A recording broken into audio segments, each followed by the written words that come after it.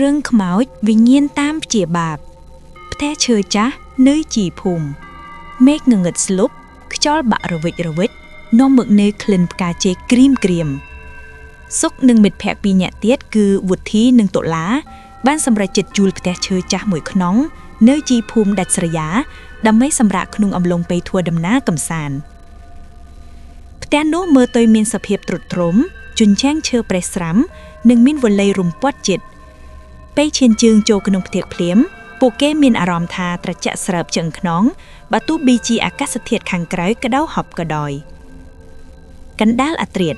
ខណៈពេលដែលអ្នកទាំងអស់គ្នាកំពុងលងលក់ក្នុងដំណេកសុកស្រាប់តែភ្ញាក់ឡើងដោយសារសំឡេងគ្រឺតហាក់ដូចជាមាននរណាម្នាក់កំពុងអូសរបស់ធួននៅលើកម្រាលឈើនៅជាន់ខាងលើគាត់ព្យាយាមដាស់មិត្តភក្តិប៉ុន្តែអ្នកទាំងពីរហាក់ដូចជាសម្លប់មិនដឹងខ្លួនសុកសម្រេចចិត្តកាន់ពើលដើរឡើងទៅមើលលើផ្ទះពន្លឺពើជះទៅលើជញ្ជាំងឃើញសុទ្ធតែរូបថតចាស់ដែលត្រូវបានគេខ្វះភ្នែកចិនទាំងអស់ភ្លាមនោះគាត់បានឃើញស្រមោលខ្មៅធំមួយកំពុងឈរនៅកាច់ជ្រុងបន្ទប់អ្នកណាគេនឹងសុកសួរទាំងញ័រមាត់ស្រមោលនោះមិនឆ្លើយទេប៉ុន្តែវាចាប់ផ្ដើមបែរមុខមកយឺតសុកស្ទើរតែកាំងបេះដូងនៅពេលដែលឃើញផ្ទៃមុខនោះមិនមានសាច់ឈាមទេគឺមានតែស្បែករលួយរជីករយ៉ាកនិងភ្នែកដែលឆេះរោលដោយភ្លើងគំនុំសំឡេងខ្សឹបដ៏ត្រជាក់បក់មកប៉ះត្រចៀកគាត់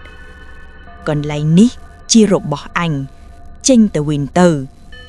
សុកភ័យពេកក៏ទម្លាក់ពេលចុះរួចរត់ចុះមកក្រោមវិញយ៉ាងលឿន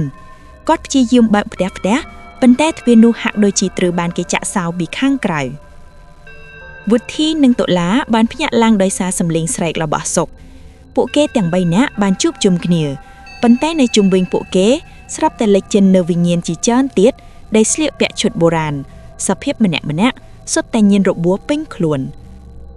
តាមពិតទៅផ្ទះនេះគឺជាកន្លែងដែលធ្លាប់មានការកាប់សម្លាប់គ្នាយ៉ាងព្រៃផ្សៃកាលពីច្រើនឆ្នាំមុនហើយវិញ្ញាណទាំងនោះមិនតន់ទៅណាទេគឺនៅចាំយាមផ្ទះនេះជានិច្ចដោយក្តីអស់សង្ឃឹមពួកគេបានប្រទះឃើញបង្អោយតូចមួយនៅផ្ទះបាយពួកគេបាននាំគ្នាធាក់បង្អោយនោះឲ្យបែករួចលោតចេញមកក្រៅ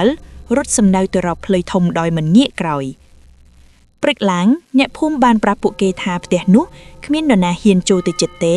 ព្រោះរាល់អ្នកដែលចូលទៅសម្រាកតែងតែបាត់ខ្លួនឬក្លាយទៅជាមនុស្សឆ្កួតចាប់តាំងពីថ្ងៃនោះមកសុកនិងមិត្តភក្តិលែងហ៊ានដើរលេងនៅកន្លែងប្លែកៗទៀតហើយមេរៀនពីសាច់រឿងកុំចូលទៅកន្លែងដែលយើងមិនស្គាល់ច្បាស់ជាពិសេសកន្លែងដែលមានប្រវត្តិមិនល្អ